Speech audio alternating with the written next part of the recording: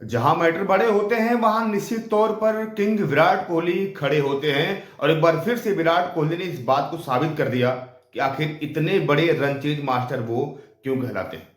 जहां आप देखेंगे जिस तरीके से मुकाबला होता है इंडिया और पाकिस्तान के बीच में, तो सबको उम्मीद थी कि गुरु यहां पर जो है ना, पाकिस्तान की टीम अगर 270 रन बना लेगी, 260 बना लेगी, तो हो सकता है कि पाकिस्तान इस मुकाबले में जीत दर्ज कर ले। लेकिन किसी को क्या पता था कि आज टीम इंडिया के गेंदबाज पहले कहर भर पाएंगे पाकिस्तान के बल्लेबाजों के ऊपर। उसके बाद जो बची कुची कसर रहेगी उस कसर को टीम इंडिया के बल्लेबाज निकाल लेंगे पाकिस्तानी गेंदबाजों से। ये मैच पाकिस्तान हारती है तो बड़े सवाल खड़े होते हैं, कई सारे सवाल बैटिंग ऑर्डर पर खड़े होते हैं, कई सारे सवाल उनके गेंदबाजी पर खड़े होते हैं, कई सारे सवाल मिडिल ऑर्डर पर खड़े होते हैं। लेकिन क्या आपको पता है कि पाकिस्तान की हार के जो असली गुनाहगार हैं वो कोई और नहीं, पाकिस्तान के 5 एक ऐसे खिलाड़ी हैं जिनकी वजह से पाकिस्तान को एक बार फिर से शर्मनाक हार का सामना करना पड़ा। इतना ही नहीं, पाकिस्तान 29 साल बाद कोई आईसीसी का इवेंट अपने घर में होस्ट कर रही है, उसके बावजूद पाकिस्तान की टीम, वही होता ना कि आप अपने घर के पास टेंट लगाइए, उसके बाद आप जाकर कहीं और सोइए, वही हो रहा पाकिस्तान साथ इस पूरे टूर्नामेंट में। पहले उनको इस तरीके से न्यूजीलैंड टीम ने हराया था, उसके बाद अब इनको भारतीय टीम से पटखनी मिली है और कहीं ना कहीं अब पाकिस्तान की टीम पूरी तरीके से बाहर हो गई इस टूर्नामेंट से, यानी कि चैंपियन ट्रॉफी से बाहर हो गई। अब देखेंगे तो पाकिस्तान की जो हार की बड़ी वजह रही, उस वजह में मेरे हिसाब से पहला नंबर आता है यहां पर कप्तान मोहम्मद रिजवान का। मोहम्मद रिजवान यार इतनी धीमी बल्लेबाजी कौन करता है। आप देखेंगे तो रिजवान ने 77 गेंदों का सामना किया, मात्र 46 रन बनाए। उनका जो स्ट्राइक रेट था वो मात्र 59 रनों का था। तो यहीं पर सवाल उठता है कि जब आपको एक, आप कह सकते हैं कि जब आपको मिल गई है बढ़त, आप खेल रहे हो ठीक ठाक, तो फिर इतना टुकुर टक्कर करने क्या मतलब था। जो काम पहले मैच में बाबर आजम ने किया था वही काम आकर आप यहां कर दिए।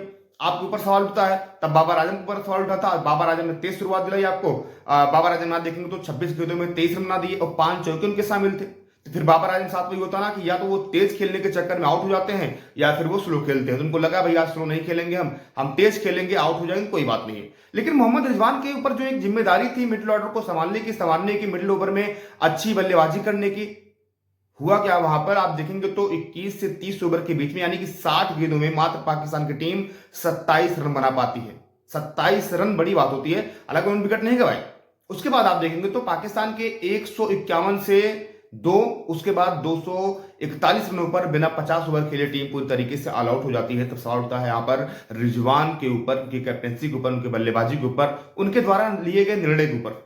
फिर आप देखेंगे तो टीम इंडिया की हार की जो वजह रही, और यहाँ पर पाकिस्तान की जो हार की वजह रही वो रहे शाहिन अफरीदी, जो अपने आप को तुरंखा समझते हैं। उनको लगता है कि दुनिया में सबसे बड़ा गेंदबाज मैं हूं।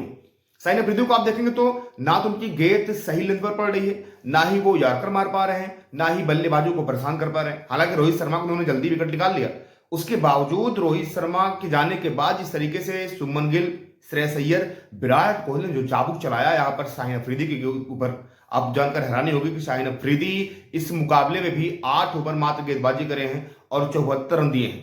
2 विकेट उनको मिले कोई बात नहीं, लेकिन 8 ओवर में 74 रन अगर आप देते हैं तो आप अंदाजा लगाइएगा कि किस स्तर की, किस निम्न स्तर की आप गेंदबाजी कर रहे हैं आप।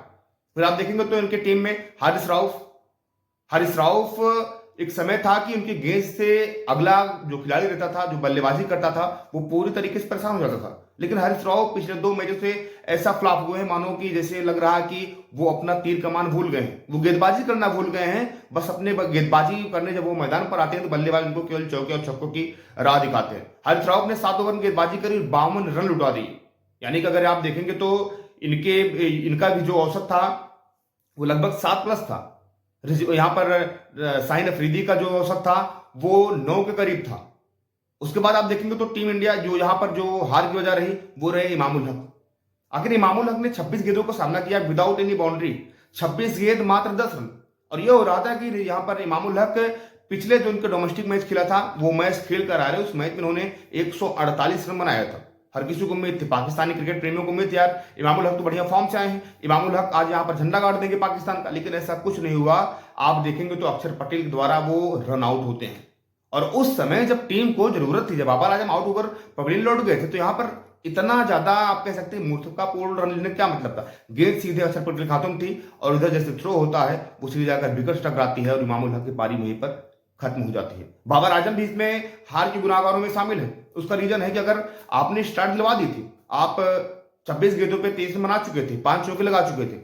लेकिन वही होता है ना कि लालच बुरी भरा, बार बार आपके बल्ले से कवर ड्राइव नहीं लगेगा। कुछ गेंदों आपको मिस करनी पड़ेगी, कुछ गेंदों पर आपको बैट नहीं लगाना पड़ेगा, उसके बाद आप जाकर रन बना सकते हैं। और टीम इंडिया के बल्लेबाजों ने वही करके दिखाया यहाँ पर, चाहे विराट कोहली हो, चाहे श्रेयस अय्यर हो, चाहे शुभमन गिल हो या रोहित शर्मा हो, हर किसी ने दिखाया कि अगर आपके पास संयम है, अगर आप संयम से बल्लेबाजी कर रहे हो तो जीत आपकी यहाँ पर निश्चित है।